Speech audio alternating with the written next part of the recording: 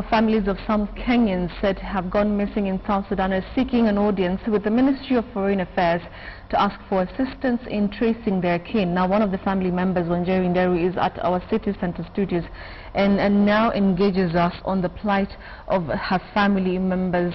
Thank you very much for joining us. This issue came to the fore, last week. Maybe you can tell us since that time and now what has been happening.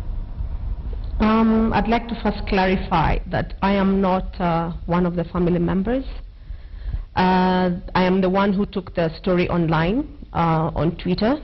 The family has been trying to get answers from Foreign Affairs, and nobody has been giving them concrete answers as to what is happening to their people. So about 3 weeks ago, one of them approached me via inbox and asked that if I could go on Twitter with it and ask Foreign Affairs why they're not answering their questions as to where their people are. And when I went with it on Twitter, Foreign Affairs decided to respond to me via Twitter, which really is not fair because these families have been going to their offices over and over again and not getting answers. But what has been happening is they were arrested on May 29th. Today is day 66. They have not been taken to a court of law. They have not been charged with any crime. They are not allowed to see family. They are on 1 meal a day. This information we got from one of the detainees who was arrested with them, who was released on day 40. On day 40, they were all told there's no evidence that they can, go. But a few of them lingered around, and they were taken back in after like about an hour. But one of the people, the ladies, decided to leave the area, so she was not apprehended.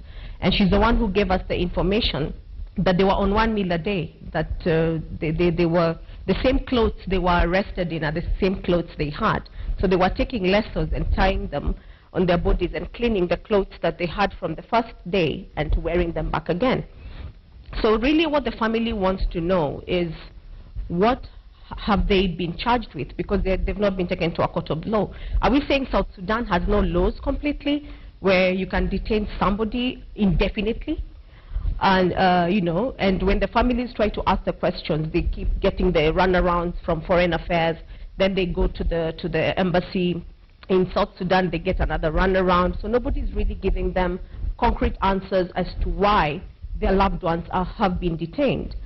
And but interestingly is the person who, they were working for a private company called Click Technologies that was owned by one of the South Sudanese officials who has been apparently, allegedly, implicated in fraud that involves around 200 million in US dollars. So when they went to arrest him at his office, they took plus his employees and some customers. So some of his employees are Form 4 leavers. They went there to sell computers and phones. So really, I'm trying to wrap my mind around how a Form 4 leaver would be able to help defraud the Sudanese government of 20 billion in Kenya shillings if you convert the dollars into Kenya shillings. But that is not it. The family is not saying their people are innocent. The family is asking, why is due process not, why is due process not taking place? Why are they not in court? Why have they not been charged? They've just been detained indefinitely with no answers, no access to family. So I guess that's where we are at now. But today Foreign Affairs has said that they'll give us a meeting at 3 o'clock.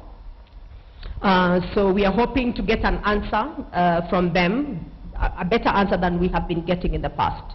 Wanjeri, if I can just interject there, the cabinet, I beg your pardon, the Kenya's ambassador to South Sudan, Cleland Leshore, he's gone on record and said that, these Kenyans who have been detained are actually, they're in good condition. It's not like they're being tortured or anything.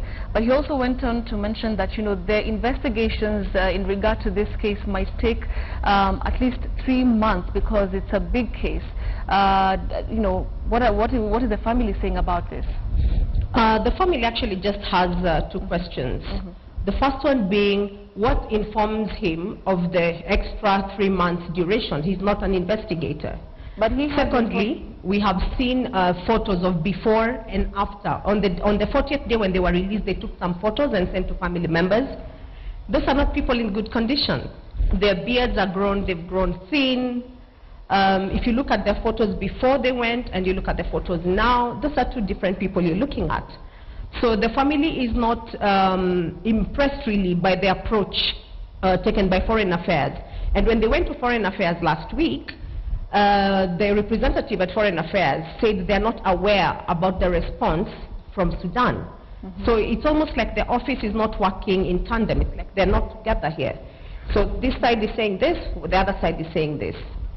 So, let's talk about the meeting that she's scheduled to take place at 3 p.m. today. Who exactly are you meeting? Are you going with the family members? And what exactly will they be looking to get? First things first, the meeting was supposed to, the family had been told to come back today morning at 10 for an update because they were there last week on Thursday. But when they called Foreign Affairs yesterday, the contact person, Mr. Safari, who was called today by one of the local stations, and he hung up on them, that was Easy FM, said that he has no more information to give the family. So even if they went today, really, they would not have gotten any information.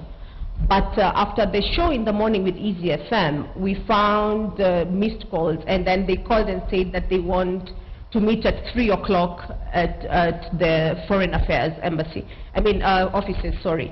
So they haven't told us who the family is going to meet, but whoever the families will meet at 3, we are at least hoping for some answers. Where are their people? Are they, because, you know, they're not actually in a jail cell, they're in a military compound. All right. You know? Yeah. All right.